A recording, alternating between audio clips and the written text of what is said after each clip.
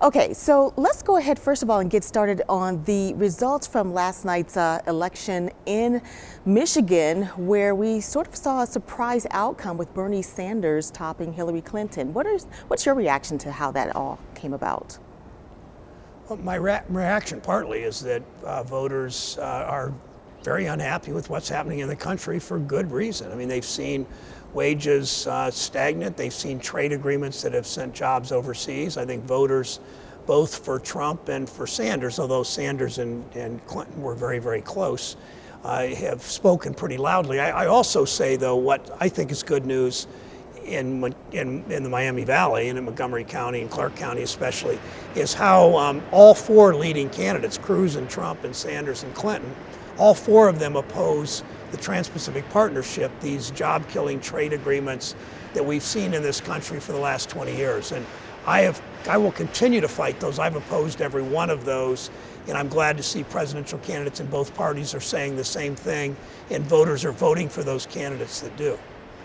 Have you endorsed either Senator Sanders or Secretary Clinton? Yeah, I endorsed Secretary Clinton some weeks ago. First of all, she's the most qualified person to run for president of the United States in my lifetime, and I'm 63. I think she is. Second, I think she comes to this job, and as a candidate and as president, come January, I believe, ready to go to fight for the middle class. I mean, on a better trade policy, a better tax policy. She's involved in a big fight against drug companies that are frankly ripping the public off on drug prices. I think she'll fight for so many of the things. And she said something I think particularly important. You know, she said, I don't want to build walls, I want to knock down barriers. And the Republican candidate for President, Donald Trump's always talking about building a wall, and Hillary Clinton's talking about knocking barriers down for people to have a chance at the middle class and a chance for the American dream. So obviously our primary is a week away now. What do you think will be the outcome on the Democratic side and also the Republican side, since Governor Kasich is in the race? Yeah, I think we're going to see two close races between Sanders and Clinton, and a close race between Kasich and Trump. Who knows how the voters are going to decide? It's been an unpredictable year. I think Donald Trump is frankly not fit to be president of the United States when he's talked the way he has about disabled people and women and Muslims and people of color, and I'm pretty troubled by his tone and just the insulting kind of language he uses are not what I think kids in this country should see in a president of the United States. We want to move on to another issue that we've seen in this area. We've recently done a story about renters who have found themselves in some pretty unsafe conditions, and they're really not getting the remedy that they need to see from their landlords. Is this something that you've heard from constituents from Miami Valley recently?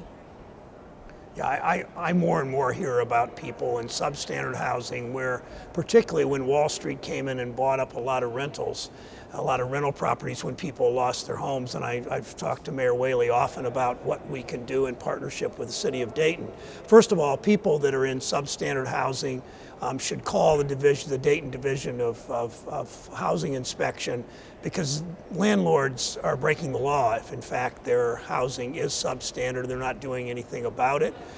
Second, we need a legislature that'll stand up more to the landlords who aren't doing their jobs right, and with a stronger landlord-tenant law. But fundamentally, many of the laws are in place. We need to enforce them when these Wall Street companies come in and buy these houses, buy these homes, and then rent them out at prices too high, and too many of the homes are substandard.